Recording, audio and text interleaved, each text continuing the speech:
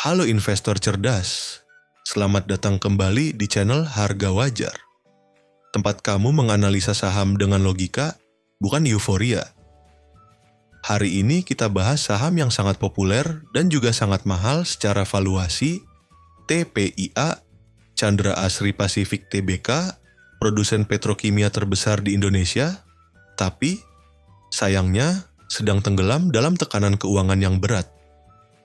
Saat ini saham TPIA diperdagangkan di Rp10.550 per lembar, dan kalau kamu lihat chartnya, harganya sudah naik lebih dari 550% dalam 5 tahun terakhir.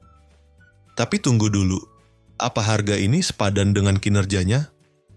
Pendapatan TPIA di kuartal pertama naik signifikan, naik 37,7% tahun ke Rp31 triliun.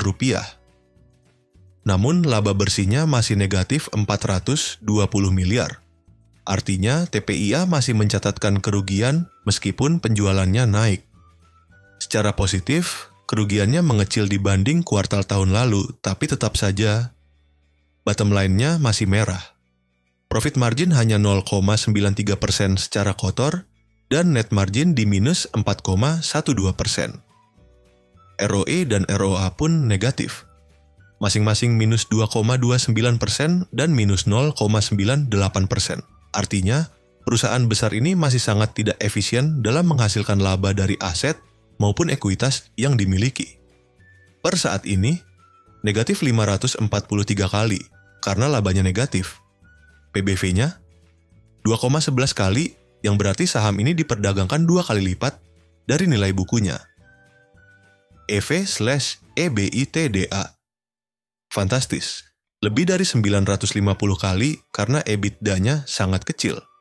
Price to sales 29,4 kali, overvalued banget untuk sektor manufaktur. Kesimpulannya, sangat mahal bahkan dibanding saham growth sekalipun. Debt to equity ratio 1,3 kali, cukup tinggi. Liabilitas mencapai 57% dari total aset. Free cash flow negatif 7,5 triliun rupiah. Ini menunjukkan tekanan keuangan yang tidak bisa diabaikan. Ya, TPIA masih membagikan dividen sebesar Rp5,58 per saham meski sedang merugi. Tapi, dengan harga sekarang, yield-nya hanya 0,05%. Artinya, ini bukan saham dividen, setidaknya untuk sekarang.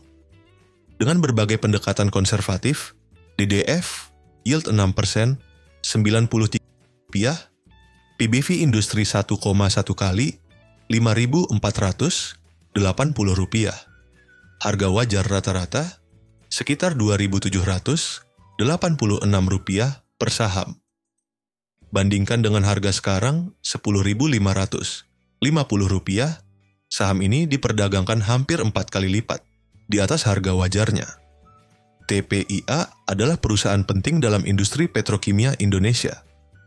Namun, dari sisi investor, kita harus jujur melihat angka, masih rugi, arus kas negatif, valuasi mahal, dividen tidak menarik. Jadi buat sekarang, saran kami, avoid dulu, tunggu perusahaan kembali mencetak laba berkelanjutan.